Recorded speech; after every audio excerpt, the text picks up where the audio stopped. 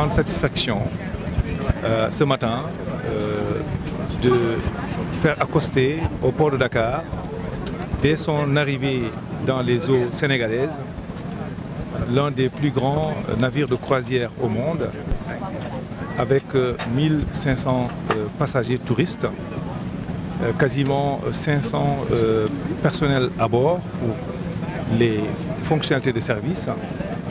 Ce navire de 11 étages, pour une longueur de plus de 260 mètres, occupe deux quais, le quai 31 et le quai 32, sans perturber l'activité économique et commerciale du port autonome de Dakar. Nous sommes à ce matin au 22e navire de croisière au port de Dakar sur l'année 2023. Je tenais aussi à remercier le ministre du Tourisme, le ministre Mamba Niang, et toute son équipe, notamment le directeur général de la SPT, Maro Diouf, et le directeur de la promotion du tourisme, M. Fall, avec qui nous avons travaillé sur 2023 pour répondre à la commande essentielle de retour du tourisme croisière avec des conditions d'accostage les meilleures, mais aussi garantir le circuit touristique pour que nos touristes, quand ils sortent de ces navires, puissent suivre un corridor adapté, sécurisé, procéder à leur mission d'attractivité et de reprendre le navire qui repart tout à l'heure à 18 h. Nous allons signer cette semaine un protocole qui va consacrer cette nouvelle dynamique de repenser la requalification de certaines parties du port autonome de Dakar dans la croisière, dans la plaisance et dans le circuit touristique. Ce navire qui vient des États-Unis d'Amérique, donc, il faut se souvenir qu'il y a un an, le New York Times a classé Dakar parmi les 50 destinations incontournables du monde. Ça veut dire qu'il y a tout un travail sur la réputation du pays, sur sa stabilité, sur sa sécurité, pour permettre que ce soit une destination en général. Parce que ceux qui sont dans ce navire-là sont plus généralement des personnes du troisième âge, qui ont du temps et des moyens pour pouvoir dépenser en termes de voyage leurs ressources. Ils ne le feront pas dans un pays qui n'est pas sûr. Ils ne le feront pas dans un pays qui n'offre pas des expériences touristiques exceptionnelles. Et c'est exactement ce qu'offre notre pays.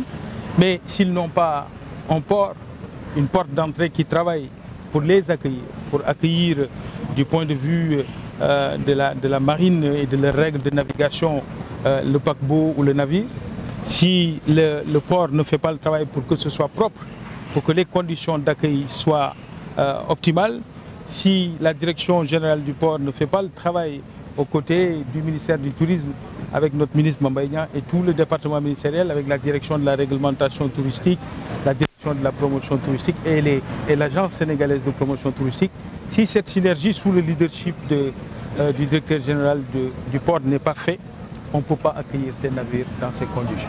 Il est possible que lorsque les navires accostent, qu'on ait des spectacles de locaux qui interviennent effectivement à l'intérieur de cette magnifique croisière. Les croisières font partie des offres très importantes en matière de tourisme. Et la particularité des croisières, c'est la contribution en termes de pouvoir d'achat. Parce que ceux qui sont dans les navires peuvent avoir une contribution significative en matière de contribution au PIB. Parce qu'ils peuvent dépenser intensément sur le peu de temps où ils restent dans le pays. Donc il faut l'encourager et essayer de faire prolonger les durées effectivement des séjours des navires. Nous sommes dans un moment solennel où nous devons accueillir 2000 touristes qui ont choisi le Sénégal comme destination. C'est des excursionnistes, comme on les appelle dans le langage courant du tourisme.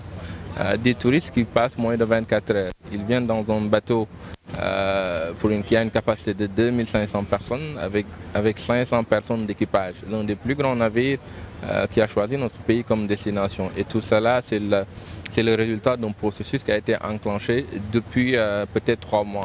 Car ces bateaux, avant qu'ils arrivent, c'est vraiment tout un processus, toutes des procédures à respecter, tout un côté réglementaire, un côté hygiénique à régler. C'est la nature transversale du tourisme qui le fait.